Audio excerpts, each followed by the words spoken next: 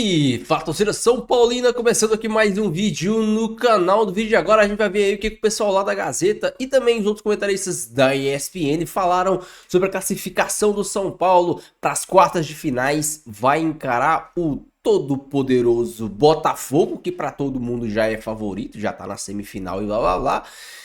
E também tudo sobre o jogo do final de semana. Então, antes de mais nada, desce aí embaixo, deixa seu like, se inscreve no canal para não perder os próximos vídeos. Me ajudar a bater a meta de 10 mil inscritos. Estamos quase chegando lá. Falta só um pouquinho dessa força pra mim aí. Você já sabe, a gente vai assistir o vídeo. No fim do vídeo eu volto, trago a minha opinião, os meus comentários. A gente vai estar fazendo o apanhado aí, vai estar comentando tudo sobre o jogo de ontem, projeção pro jogo contra o Botafogo e tudo mais. Créditos diretorais, estou deixando na descrição, sem mais enrolação, sim, bora pro vídeo. Né, a partida de ontem, nossa, tem tanta coisa pra gente comentar. Primeiro que o Osmar Garrafa acertou o palpite, ele falou 2-0, o resto acho que todo mundo falou 2-1, eu inclusive falei 2-1, mas o Garrafa cravou, como sempre, alguém da nossa equipe crava. Ontem foi o Garrafa. Sempre tem alguém que acerta. Alguém que acerta, porque a equipe é boa demais. E, aliás, a gente tem que começar a fazer um campeonato, fazer um torneio, né? Vender, chama a Beth aí. Aí entra a gente também. Bom, e do jogo, o que vocês gostaram da atuação do São Paulo? Nenhuma surpresa para mim, Michele. Inclusive, durante o podcast do nosso amigo Alfinete, eu também falei 2-0. Para mim já era esperado, o Nacional mostrou dentro de casa as próprias limitações, né? Dentro de casa tem aquela coisa da euforia, do apoio da torcida, eles tentaram ali quase que na base só da vontade, criar algum problema para o São Paulo. O São Paulo voltou com um empate valioso e dentro de casa já era esperado que o São Paulo ia fazer o jogo que fez. Em posição física, técnica, o São Paulo não sofria atrás, criava oportunidades, não tinha muita dificuldade para chegar à área do adversário. Era aquele jogo que em poucos minutos você tinha a sensação de que o gol era questão de tempo.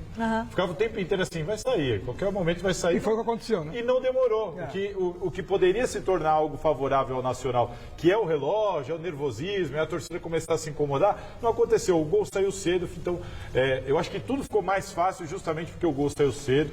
Uma classificação merecida, incontestável. O São Paulo vai forte para pegar o Botafogo. E o São Paulo deu sorte também no sorteio, né? Deu. Porque é diferente pegar o Nacional e pegar o Botafogo, pegar o Flamengo. Mas agora vai pegar o Botafogo. Agora pega o Botafogo e não vai ser fácil. Mas é isso que o Salazar falou. O São Paulo construiu naturalmente a sua classificação, em que pese o fato de o Nacional ter também tido alguns ataques, meteu bola na trave, de repente se faz um gol, faz aquele abafa de fim de jogo e poderia assustar um pouquinho, mas a bola não entrou, bateu na trave e saiu, foi o que importou para o São Paulo.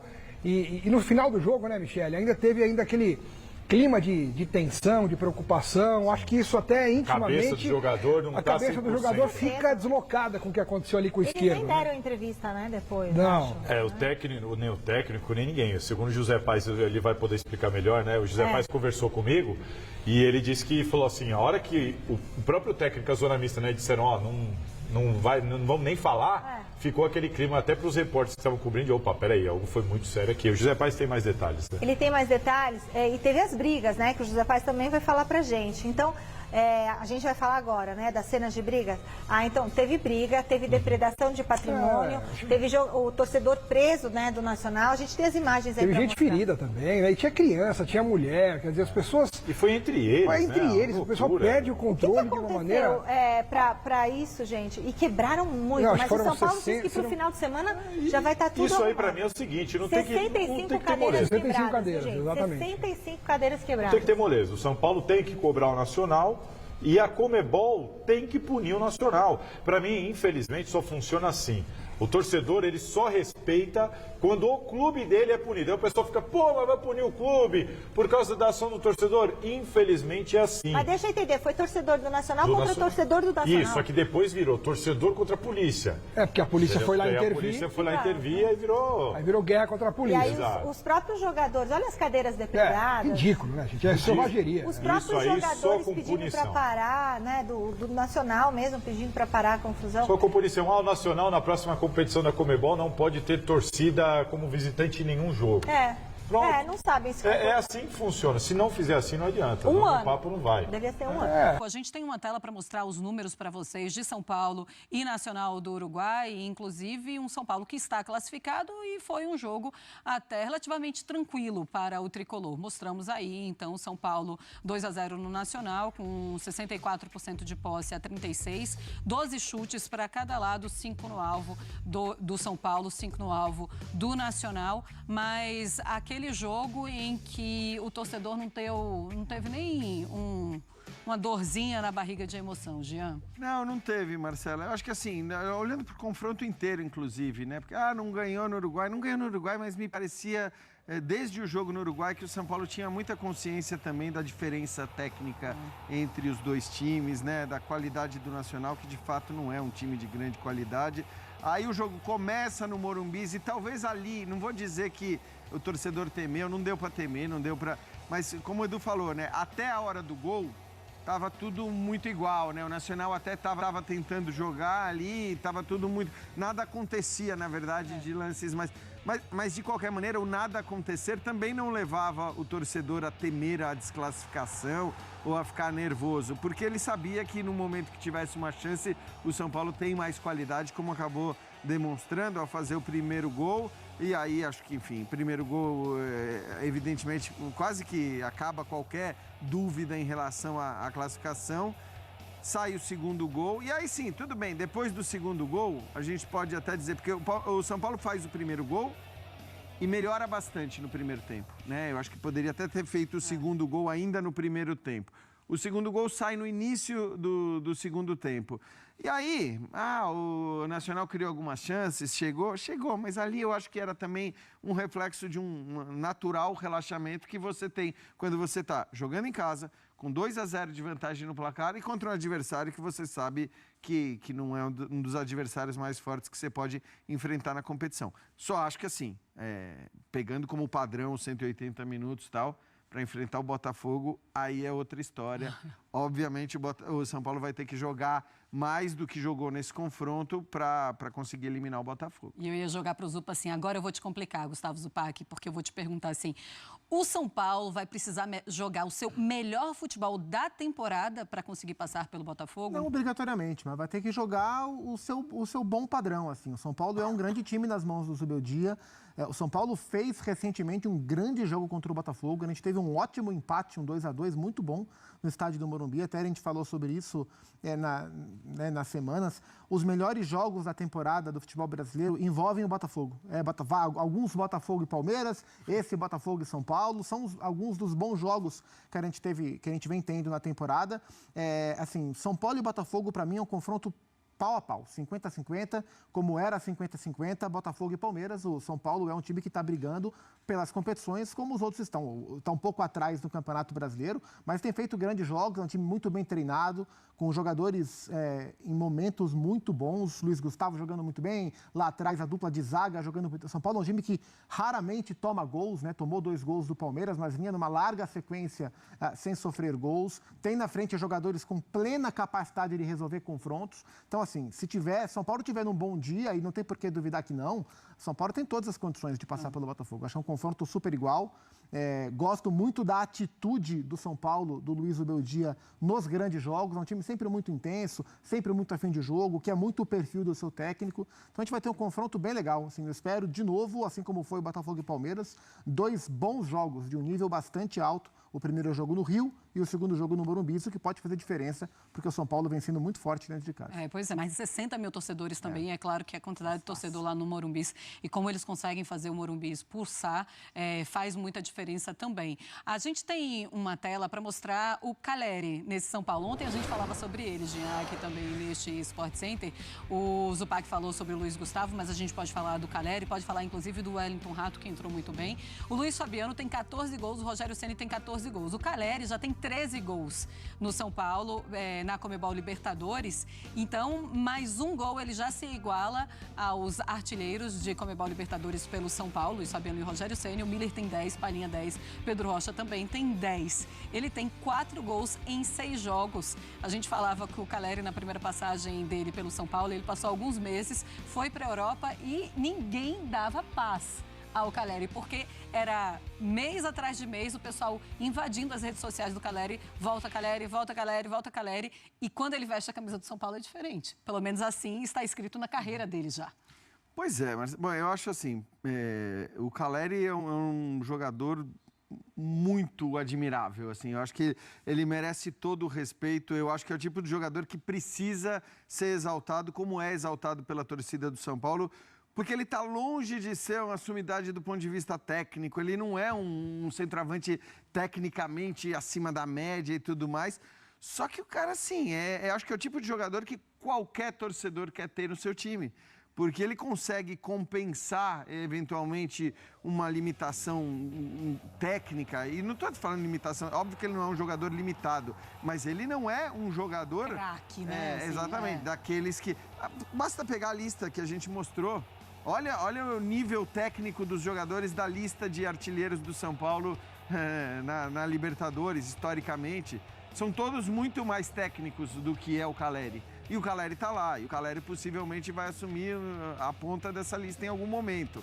E outra coisa, né? Vivendo um momento do São Paulo, historicamente, que não é o momento que viveram aí Palhinha, Miller, os caras que estão naquela relação lá. Então, claro que quando a gente fala, né, de artilharia de um time ou outro na Libertadores, depende muito também de quem você pega numa fase de grupos, as coisas não são, né, não é uma coisa de história do Campeonato Brasileiro, que é uma coisa diferente em relação à quantidade de jogos, né, são recortes maiores, mas de qualquer maneira, é bom destacar isso também. O período do Caleri com a camisa do São Paulo não é um período tão abastado e de tantas glórias como o período desses jogadores que a gente mostrou lá. E ele não é um jogador tão técnico como aqueles jogadores. E ele está lá, e ele pode, em um momento, assumir a ponta dessa lista. E aí, para mim, tem muito a ver com esse espírito, com essa entrega, com essa dedicação, com um cara que não desiste de lance nenhum, que é, de alguma maneira, uma representação do torcedor dentro de campo, só que fazendo gols. São muito menos jogos também para ele conseguir esse número de 13 gols, Upa.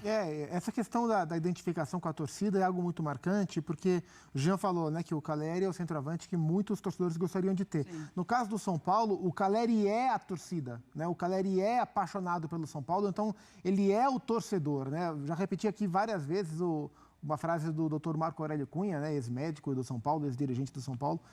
Eu li na rede social ele falando que o Caleri é o Lugano do ataque, sabe? E tem essa identificação, essa coisa do espírito tricolor mesmo. E isso ajuda.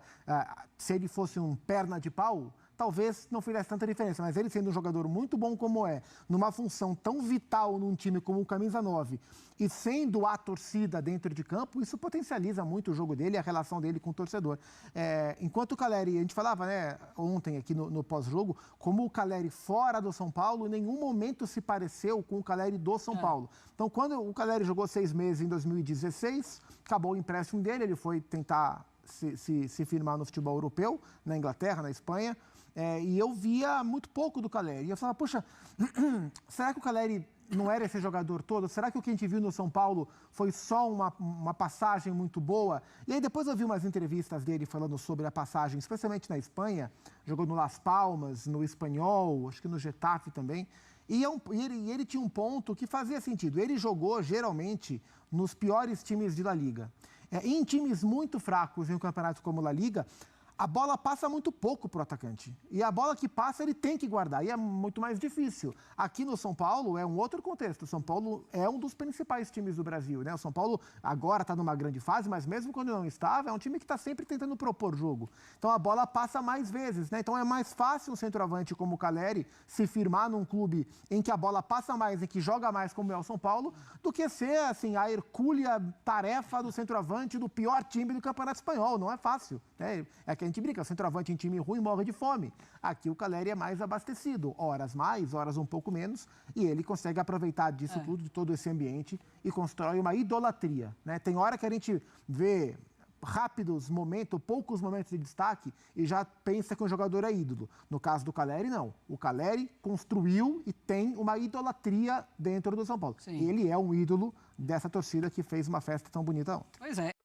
Se já não bastasse a mídia baba-ovo do todo-poderoso Flamengo, do todo-poderoso Palmeiras, até mesmo do Corinthians, que tá numa draga danada, o todo-poderoso da vez é o Botafogo. A gente tem sim que ponderar que o Botafogo hoje é um ótimo time, sim, mas que não é imbatível. E longe disso.